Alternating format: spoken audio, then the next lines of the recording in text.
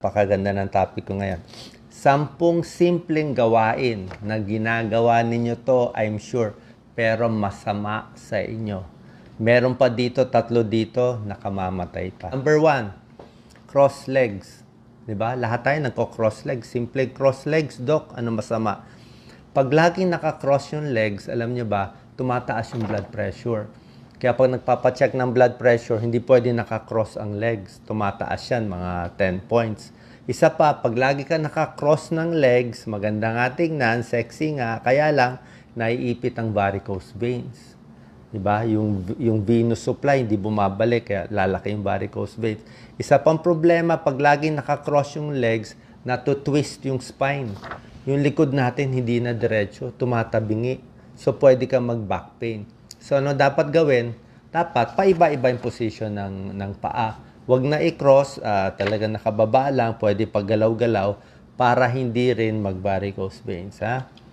Number 2, nakaupo sa matigas na silya. Yung matigas, yung kahoy mismo. Diba? Meron din tinatawag na fat wallet syndrome kung malaki ang wallet mo. Pag matigas kasi talaga yung silya natin, di ba? Minsan, upo ka talaga sa matigas, di ba? After 15-30 minutes, ano mangyari? Manhid na paa mo. Manhid ang binti, manhid ang hita. Pag tayo mo, wala nang pakiramdam yung paa mo. Naiipit ang sciatic nerve. Lalo na kung matigas at walang kutsyon. Eh, paano kung may diabetes na, naipit pa yung sciatic nerve? Magkaka-leg pain pa. Tsaka isa pang hindi natin alam, pag nakaupo tayo sa matigas, hindi maganda sa prostate, lalo na sa lalaki. Oo, kayong mga lalaki, 50 and above, di ba? Yung pelvic floor natin, humihina yung muscle. Yung muscle sa gitna ng puwet, pati dun sa ari ng lalaki, dun sa ilalim mismo, humihina, tumitigas, nagka-cramp siya. Tapos naipit pa yung prostate natin, pwede mag-prostatitis, mahirap umihi, masakit sa pag-ihi, nagkaka-prostate problem. Tapos, yung mga may malalaking wallet, o kung makapal din yung wallet, naipit din yung sciatic nerve. Okay? So, pinakamaganda yung upuan, may konting kutsyon, pero wag din naman yung sobrang lambot na nakahiga. Dapat straight ka pa rin, at wag rin uupo ng matagal. Number 3, ito po, sa mga mahilig magsuot ng sobra sikip na maong na pants, masama po. Okay? Yan, maganda nga tingnan, pero sobrang sikip na yan. Pag sobrang sikip, mahirapan yung paa natin. Mas maganda yung mga stretchable na lang tayo. Okay? Number 4, ito, sa lalaki, di ba? Tayo, di ba? Lagi tayo naka-long sleeves, naka-necktie. Depende po, wag sobrang sikip ang necktie. Kasi nandyan yung carotid artery natin.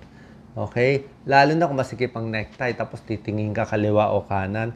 Delikado po. Pag tumatanda tayo, itong carotid artery natin, nagkakaroon na yan ng bara-bara. Okay? May bara-bara na ito. Nakakapanga natin pulso natin dito. Bakit nagbabara? Sa high blood, sa cholesterol, sa diabetes, nagbabara yan. Kaya nga may mga bara sa puso, bara sa stroke pag tumatanda. Mapapansin nyo, si President Ramos dati, tingnan nyo lahat ng pictures niya. Hindi siya nag-coat and tie. Lahat ng barong niya open. Kahit si President Duterte, pansin nyo yung mga barong niya, open lahat. Di siya nang close. Delikado kasi. Lalo na kung may edad, may mga high blood na, pag in-ultrasound niya ng doktor, itong carotid, makikita ilang percent bara. 30%, 50%. Eh kung barado na yan, tapos masikip pa yung necktie mo, tapos tumingin ka sa kaliwa o sa kanan, pwede ka mag-collapse. Pwede ka ma-stroke there and then. Kaya wag ganyan po. Delikado yan. Number 5, bawal matulog sa kamay. Yan. Problema ko to. Minsan kasi masarap talaga, di ba? So, inuunan ang kamay. May ipit ang median nerve, may ipit ang ulnar nerve, mamamanhid. Pagising mo, wala nang pakiramdam. Diba? Kahit, ano problema dito? Kung sandali lang naman naipit, mga 1 hour, 30 minutes, okay lang yan. Pero meron pagkakataon na sobra kang antok na antok eh. Talagang tagal nakaipit eh. Sabi ni Dr. Epi Colliantes, isang neurologist, may mga kaso yung talagang siguro nalasing, na hindi na nagagalaw yung kamay o natulugan, kakaroon ng nerve damage eh. Nasisira yung nerves, manhid na, humihina pa. Kasi sobrang ipit. Nakakatakot. Diba, minsan pagising mo, saan na yung kamay ko? Nawala na. O yung paa ko, naipit na. Kahit nga yung higaan natin, wag din sobrang tigas. Kailangan may konting kutsyon. Number 6, ito, problema, lalo na ng kabataan. Diba?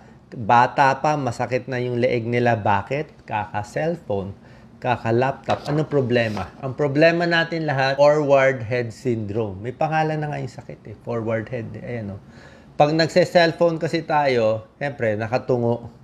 Nagla-laptop, nakatungo. Pag nakatungo, ang laki ng strain, namumula. Nai-strain yung leeg natin. Napapagod, tumitigas yung muscle, sumasakit ang likod. Ang tamang position, pag nandito yung cellphone, dapat diretso ang ulo, mata lang ang bababa. Mata lang ang titingin. O itataas mo na lang yung cellphone mo. Pero hindi mo pwede itaas ng ganito lang. Sasakit naman ang kamay mo. Kaya dapat nakatukod ka pa.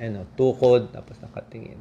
O yung iba, merong mga stand, di ba? May nabibili kang stand. O sa laptop, dapat tamang-tama yung position, di ka nakatungo. Ano problema pag nakatungo? Ang ulo natin, around 12 pounds to 15 pounds yan. Di ba? Parang bowling ball yan eh. Pag nakadiretso ang katawan mo, nakadiretso ang ulo mo, walang strain sa neck mo. Relax ang neck muscles mo. Hindi ka mag-headache. Paano? Yung ulo, diretso lang. So, nakaganon siya. Nakaganon na siya. So, ang bigat lang is 10 to 12 pounds. Relax na relax yung baba. Pero oras na binaba mo yung ulo mo, chinek mo yung text ng boyfriend mo, 45 degrees na. O meron ka nakitang chismis na nag-aaway, nakatingin ka. Yung ulo mo na 10 to 12 pounds, magiging 50 pounds na yung pressure sa neck muscles mo, pati sa cervical spine. Mahirapan yung mga buto natin sa likod. Nakaganon na siya eh. Parang nakabitin ka na eh. Di ba? Mas mabigat na nakabitin. Pag binaba mo yung ulo mo ng 60 degrees, magiging 60 pounds yan. Ang bigat na yan. Pag nakaganyan ka, ang bigat na. Hirap na yung ulo mo. Pwedeng tumigas ang neck muscles. Pag tumigas ang neck muscles, may ipit ang cervical spine. Pag nag-ipit yan, may ipit yung nerves natin. Pag naipit ang nerves, mamamanhid na yung kamay. Magdidikit pa yung mga spine. Mamaya, kung may osteoporosis, baka maoperahan pa yan. Ang tip dyan, di ba? Pag may cellphone, ilagay mo lang, o may laptop, o sandali lang ang paggamit. Tapos, meron tayong exercise dyan. Chin tuck, di ba? Ang daming tao, kuba na yan. Ang daming tao, forward head na, di ba? So, chin tuck. Dalawang daliri, i-press to, ganyan. Double chin exercise. Kaya mo mag-double chin. Okay lang double chin. Hindi naman sira yung chin tuck. Mga 10-15 seconds para dumiretso lang. Or tatayo ka, lalapat mo yung likod mo sa dingding, tapos yung ulo, didikit mo sa dingding. Straight din yan. Tapos pag na-straight mo na siya, lakad ka na. Para mas maganda, mas sexy tingnan. Okay? So yan. Tapos meron pang exercise, yung shoulder shrug, napakahalaga. Kasi iniikot ko to, lumuluwag yung neck ko. Ayan, lumuluwag yung neck. Tapos yung mga exercise na. Next, ito, deadly triangle, number 7. Delikado rin yung, meron tayong danger triangle sa face. Ito po, tingnan nyo yung position niya. Pag nandyan kasi ang infection, merong venous supply dyan, dyan pupunta yung mga dugo, pwede pumunta sa utak. So, any infection dito sa ilong, dyan sa upper lip, pwede ma-infect yung utak natin pag hindi ginamot. Kaya kung meron kayong pimples, bawal tirisin. Pag nandito, delikado. Yung mga buhok sa ilong, bawal hilahin.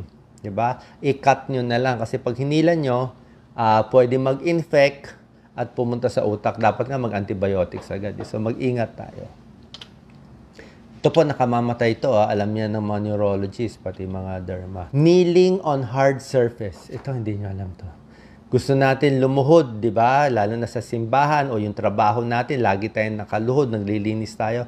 Kaya lang ang tuhod natin, isa sa pinaka-complex structure na ginawa ng Diyos, ibang klase siya eh, very complex siya.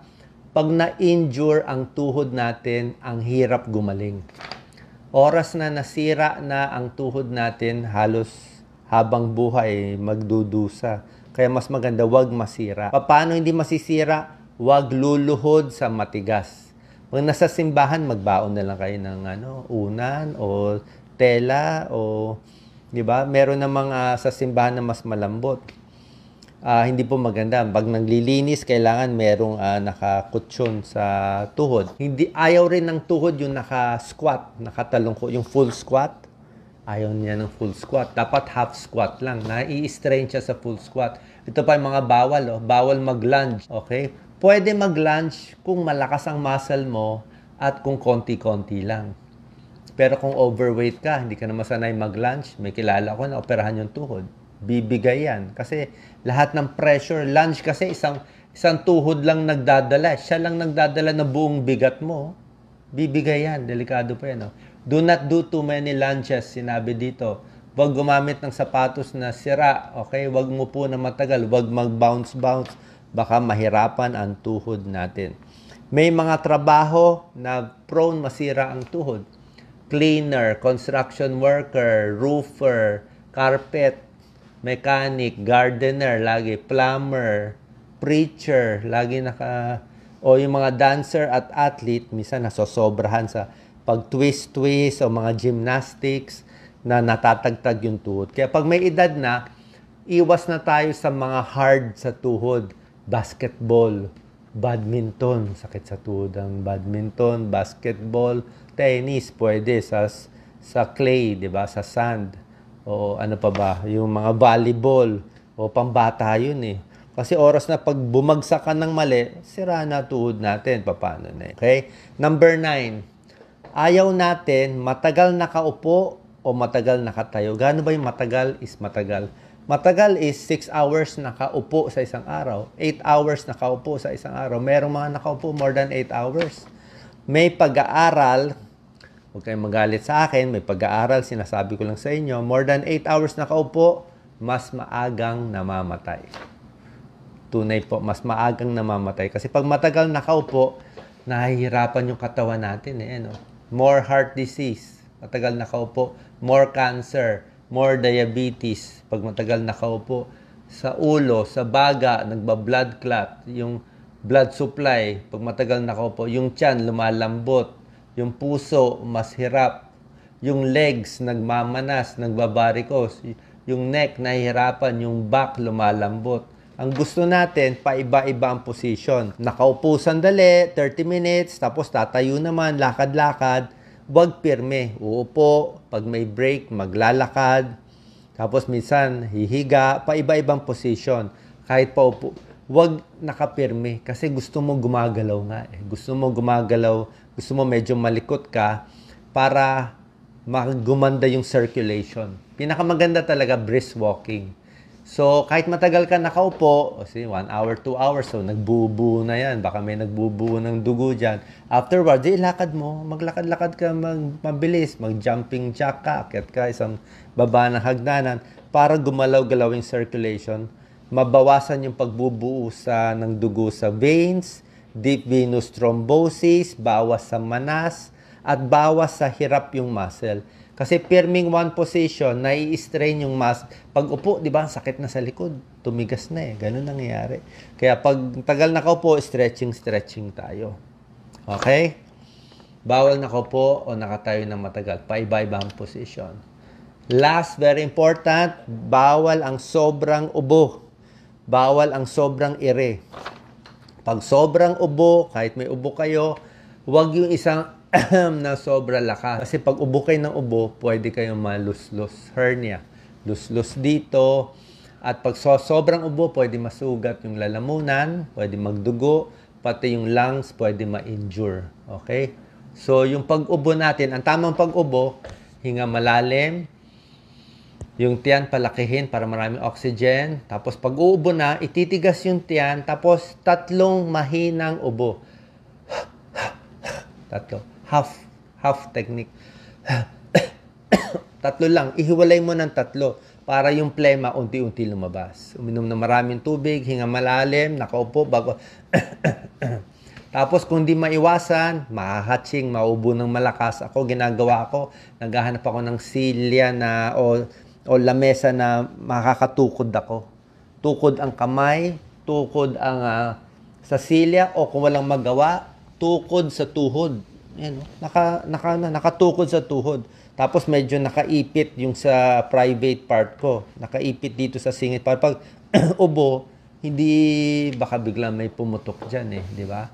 O pati likod pwede ka mag back injury sa lakas ng ubo. Okay? And lastly, iwas sa pag-ire. Sobrang pag-ire, dito pinakamarami namamatay sa banyo. Okay, bakit marami namamatay sa banyo? Nag-iire, matigas ang dumi. Dapat malambot ang dumi. Diba? May tips tayo sa pampalambot. Yung mga prutas na pampalambot, papaya, pakwan, peras, grapes. So, pag matigas ang dumi, tapos iniire nyo ng malakas, nahihira. Ayan, ire, heart attack. Ire, heart attack. Kasi, nababawasan yung blood supply habang umiire tayo. Nahihirapan yung puso. Diba? Kaya dapat malambot lang lagi ang dumi. Tumataas yung heart attack habang umiire. Yan talaga ang problem natin. So, final tips ko sa inyo, kailangan natin exercise, maglakad araw-araw, 5,000 steps, 7,000, 10,000 steps. Kung ilan ang kaya, maluwag yung mga pantalon, okay? Ang pants, dapat maluwag para hindi naiipit yung mga baro natin, mga necktie natin. Huwag ipitin yung katawan, lakad-lakad, stretching. Tapos yung tinatanong na iba, Doc, anong sinasabi mong compression stocking sa varicose? Ibang usapan yon. Yung masikip na medyas para sa paa at sa binti lang. Yun ang gusto mong isikip para umakyat mula sa binti ang dugo. Pero pagdating na sa hita, sa tiyan, di mo na pwede ipitin. Di ba? Pag inipit mo yung tiyan ba, di naipit yung varicose mo sa paa. Ang iniipit mo, yung varicose mo sa binti para umakyat. Gusto mo ang masahe lahat pataas. Kung may manas nga, gusto mo ang masahe pataas. Sana nakatulong tong video ko, medyo kakaiba. 10 simpleng gawain na ginagawa ninyo. Dapat aware tayo. Especially to, nakaupo sa matigas na silya. Mga lalaki may prostate problem. Bago tayo magsisi. Diba? Dapat wag masyado nakaupo at dun na tayo sa medyo malambot-lambot na kutsyon habang nakaupo. Maraming salamat po. God bless.